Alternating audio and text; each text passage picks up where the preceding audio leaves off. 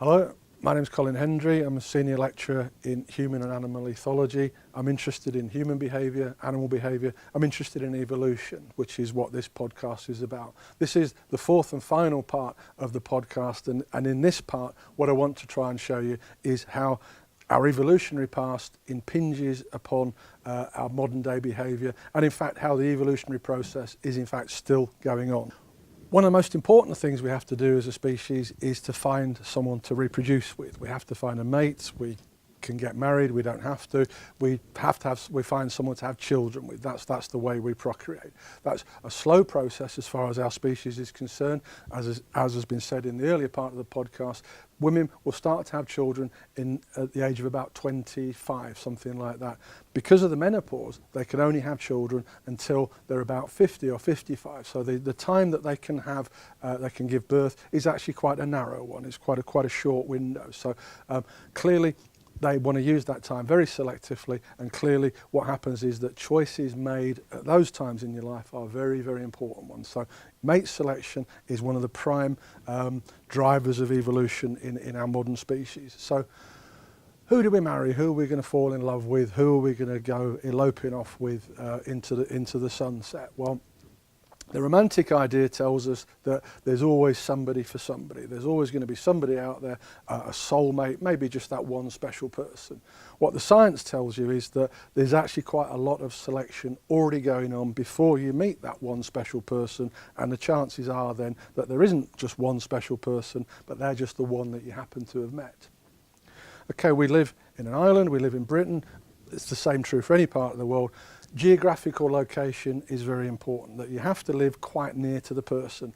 I'm quoting American studies here, so the distances in American terms, and people that are married together or partnered up live about 170 kilometres apart. That's a lot as far as we in the UK are concerned. It's not very far at all in the USA. That's almost next door. So people live quite near to each other. Another important factor is socioeconomic status, and again in Britain we're very class conscious, in other countries less so, but income is an important indicator, and it's actually quite unusual for a very rich person to get married to a very poor person. It's very unusual for a working class person to get married to an aristocrat, for example, to show you how the status would be important. We tend to stay within the same income groups. Similarly, with educational background, there aren't that many builders or lorry drivers that are married to university professors, and by the same token, there aren't that many university professors who are married to builders and lorry drivers. University professors tend to get married to other similar income types, to other similar educational backgrounds. Chances are, if you go to university and get a degree, if you become a graduate, chances are you'll marry another graduate. In fact, the university that you choose will almost be the place where you meet that one special person. And also age is a very important characteristic also, but only amongst the young. It turns out that if you're in the early part of your life, you will marry someone, or you will go out with someone who's roughly the same age as you. As you get older, that age gap gets wider and wider. Typically the male tends to be a lot older than the female, but we'll talk about the reasons for that a little bit later. But you can see in the pictures of the people I'm showing you that the population of the island and the population of the city is now becoming the population of a park, which is now coming down to just a handful of possible people, because they will need to share the same attitudes as you, the same interests of you. I like that too. Don't forget to keep saying that to your potential partner. And religion is also important as well, much more so in America, because as I say, these American studies, but religion is important also. So the whole population of the island, half of it being the opposite sex, comes down to a handful of people that you could potentially have as your future mate. This is a process known as assortative mating. What we're doing is finding people that are pretty much like ourselves. And why wouldn't we? Because obviously we're dead gorgeous. Just a couple of technical points before we moved on to the next section. Within the context of evolution, we have natural selection, which you would have heard of, which you would know all about, which is the survival of the fittest, the survival in tooth and claw. Characteristics that enhance or at least do not detract from an individual's chance of survival. We also have sexual selection, which is the part that I want to talk about here. Characteristics that enhance, or at least do not detract, an individual's chances of reproducing. And remember, evolution works through reproduction, not through survival. We have to survive to reproduce, but if you don't reproduce, there's not much point surviving. Sexual selection, there is intra-sexual selection, so this is where males, for example, are competing within the same sex. So the antelopes will develop the big horns, and the buffaloes will charge against each other. That's not to say that females don't compete, and you females will know just how in humans that competition takes place, and you will look very carefully at someone who's a bit of a rival, and you'll look at their hair, you'll look at their earrings, you'll look at the way they put their dress on or whatever, and you'll try and emulate that if you think it's successful, and if it's too successful, then you'll call her all sorts of names which are to do with her sexual selection. Okay, and then finally what we have is intersexual selection, which is the development of characteristics that are attractive to the opposite sex. So just how do we become more beautiful? How do we get other people to think that we're also beautiful as well? In animal species, they develop all sorts of outlandish things. There are birds that have got such large feathers that they can barely fly, but they develop those feathers because that's what the opposite sex finds attractive. Think of a peacock or something like this. Okay, so within humans, 3 levels of preference for sexual selection, that which is shared by all individuals. There are some people that we can look at regardless of sex, regardless of anything else, and we can just see that they're beautiful. Okay, we all agree that they're beautiful. Those that differ according to sex, so that males will typically find females more attractive and vice versa. So there are things that we will look at in the opposite sex that we consider to be more beautiful than the general beauty. And there are those things that vary amongst individuals.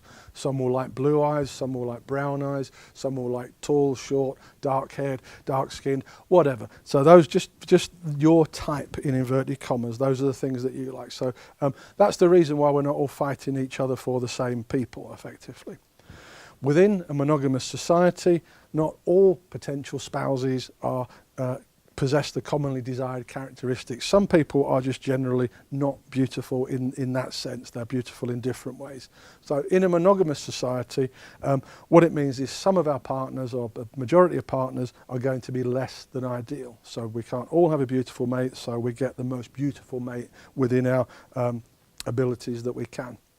There's a big sex difference between the costs of reproduction for the male and the female. Okay, and the big difference is that the male doesn't get pregnant. It's the female that gets pregnant. So if she gets pregnant, then it's 9 months of carrying the child, and then it's foreclosed opportunities for a long period of afterwards. A young female with a child is a very different person than a young female without a child. So very, very costly as far as females are concerned. So it's no surprise that females would be more selective than males. Their sexual selection, I say that from my male perspective, but the female sexual selection should be directed towards males who will show a willingness to provide resources related to reproduction. So they'll share your food, they'll give you shelter, they'll provide territory and protection. In the modern society, at least on the first date, the male will buy you the food, he will buy you the drink. This is the vestige of showing these resources. If he doesn't do that, females will find that not attractive, because there's no point in having resources if you're not going to share them with your partner. As far as males are concerned, female reproduction is age related. Okay, as a species, on the graph there, showing the different species, we as humans are pretty unique about having a menopause. So about 55 years old, females stop reproducing. Why would that be? Well, the theory says that it's something to do with helping their own grandchildren. So that it's so difficult to bring up a child, what happens is that the young woman gives birth, she has the child, remember she needs help because of the difficulties giving birth and so on. So what better than her own mother to actually help out? Well, what even better than the own mother that doesn't have her own children to get in the way? So the idea is that the menopause developed to leave grandparents free to help with their grandchildren. So uniquely as a species. What that means then, as far as human females are concerned, is that the age you are is determining how many more children you could possibly have until you reach the menopause. So if you're 20, you've got quite a lot of years left. If you're 50, you've got very few years left. So what that means is that male selection is based on youth and fertility. So male selection is directed towards signs of fertility dependent upon physical appearance. So that's the skin, that's the muscle tone, the lustrous hair. And females are aware of this. Think about all the time you spend on grooming your hair, all the products that you spend on your hair, showing how fertile you are, obviously unconsciously. And behavioural indicators as well, high energy levels, and in the textbook, which I haven't put on the slide because it's a slightly quirky phrase, they say a sprightly gait. You can make of that what you will. When it comes to males looking for the behavioural characteristics that they like to see in females, you can see that the rank is kindness and understanding, intelligence, physical attractiveness comes 3, exciting personality, and just looking down the list, desire for children. Okay, so fertility, physical attractiveness being very quite important. For females looking at males, what they're saying is kindness and understanding and intelligence. Well, no surprise that both sexes want a nice person they can talk to. Then it goes exciting personality, good health. Physical attractiveness is somewhere near the bottom of the list. So as far as females are concerned, physical attractiveness is not the prime importance as far as in the same way that it is for the males are concerned. But good earning capacity is. What this slide shows you is from a study by a guy called David Buss. What he did was to do a large study across 37 different cultures, so this is across the world, not just in one part of the world, and just to summarise about the different resources that each of the two sexes are looking at, and particularly financial prospects. Well, females prefer to have that in males. Ambition in industry, so if you've not got the money, at least have the characteristics that show you can earn it a bit later in your life. Females prefer that. Good looks, again, males are preferring that. And there's an age difference as well. Okay, so males prefer females to be a couple of years younger. Females, by chance and luckily, prefer males to be a couple of years older. And evolution in action we can actually see in just a couple of royal families looking at the pictures here. And what you're seeing is Prince Rainier of Monaco. And yeah, he's, you know, sure he's a dapper chap of his time, but he's not as beautiful as Grace Kelly, who is probably one of the most beautiful women that there's been. There's his son, Prince Albert, who's just married an Olympic champion swimmer. Okay, and again, you can see for yourself, she's very beautiful, he's a prince. You can try and work out why they're together. And then wonderfully, in her own royal family, Prince Charles and Diana Spencer, and then Prince William and Kate Middleton. Okay, I'll leave you to draw your own conclusions about the physical attractivenesses of either, but in the same way when somebody said to Peter Crouch, the footballer, what would you be if you weren't a footballer? And he quite rightly replied, a virgin. Okay, so that's the way that evolution works as far as human mate selection is concerned. But once the courtship process starts, then we start to enter into a whole new area where evolution just impinges upon pretty well every aspect of what we're looking at. And the picture there is a fairly classic picture. It's the end of the Second World War, and the sailor is kissing the girl to celebrate. Why do humans kiss? Why do we have this peculiar behaviour? We're the only species that actually does this. And if you think about it, what a strange way to behave. There's someone we find attractive. Great, let's go up and stick our tongue in their mouths. It's a very strange behaviour. We're the only species that does it, so there's got to be a good reason for it. And what I'm trying to do, remember, is to show you how evolution impinges upon our behaviour in ways that we don't really think about. Why would this happen? Well, it's because every male of the species carries a virus. We've all got, it's a universal infection. It's called the human cytomegalovirus. No particular symptoms of it, no particular features of it that we really need to worry about. The only time it's dangerous is in the early stages of pregnancy. So if a female gets together with a male, she wants to make sure that she's immune to his particular variety of human cytomegalovirus, and she doesn't catch it at a time when she might be pregnant, because that would be very, very damaging to her baby. So I'll leave it there, because this opens up the intriguing aspect of all sorts of other things where evolution has impinged upon our behaviour in terms of disease prevention and so on. And for example, what you would do is you'll go off soon and maybe have a meal, you'll have some cooked food. How does a species then develop the way to cook food? How do we get this? Well, clearly it's to do with disease prevention. Even the herbs and stuff that we put together with food is active in that way, so that you would eat a raw vegetable, you would eat a raw fish, perhaps you might not like it, but people do eat raw fish. Would you eat raw beef? Well, again, people used to. You wouldn't eat raw chicken, you wouldn't eat raw pork, even if your religion allowed you to do that.